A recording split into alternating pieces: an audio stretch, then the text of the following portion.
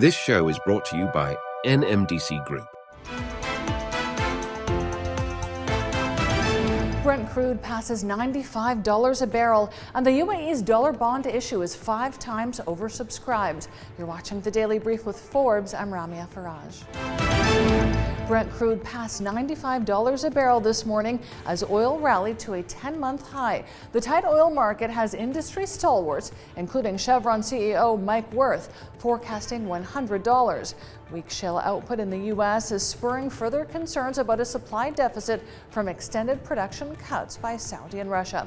While Brent rose 58 cents to reach $95.01 a barrel, West Texas rose 99 cents to $92.47 a barrel by 8 a.m. Gulf Standard Time. Prices have gained for 3 consecutive weeks. The UAE has closed its 10-year $1.5 billion bond issue, which matures in September 2033. Its yield is 4.917%, representing a spread of 60 basis points over U.S. Treasuries. The bond will be listed on the London Stock Exchange and the Nasdaq Dubai. The order book attracted $7.4 billion from domestic and international investors at 5 times oversubscription by the time the final guidance was disclosed. Instacart sold 22 million shares for $30 each during its IPO, totaling $660 million. This IPO values the company at $9.9 billion, which is well below the $39 billion valuation it received nearly 2 years ago. Instacart floated less than 10% of its shares. It will begin trading on the Nasdaq today. It initially offered the shares for $26 to $28, but increased it after ARM's successful IPO last week. And staying with ARM, the stock slumped again overnight, wiping out much of the gains it saw over the previous week as investors snapped up the largest IPO since 2021. The British chip architect shares sit at under $58 now. It's a 17% drop from its intraday high of $69 achieved during last week's debut. It remains, though, up about 10% from its IPO price of $51. The stocks of the 10 largest IPOs since 2019 are down an average of roughly 50% from their first day peaks.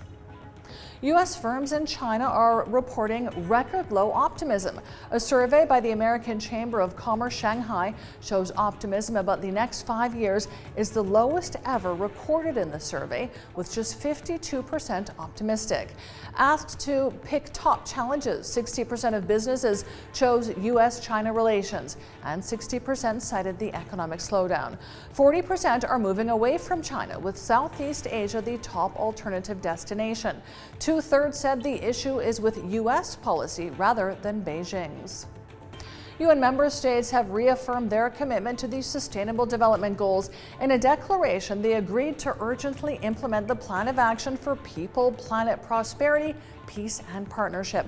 But efforts to realize the goals have been repeatedly set back, including by the pandemic, the war in Ukraine, climate catastrophes, and sharp rises in the cost of living. The declaration also backed reform of international financial institutions weeks after the G20 summit focused on increasing representation in the World Bank and the IMF. And Katy Perry has sold the rights to her music to music rights company Litmus for a reported $225 million. She joins the top 10 list of artists with the most expensive back catalogs. Carlyle Group, which owns Litmus Music, said they're entering a creative partnership with Perry that includes managing her 5 studio albums. Several artists have given up the rights to their music catalogs for major payouts, including Justin Bieber, Bob Dylan, and David Bowie. I'm Ramia Faraj. This is the Daily Brief. Thanks for watching. Bye for now. This show is brought to you by NMDC Group.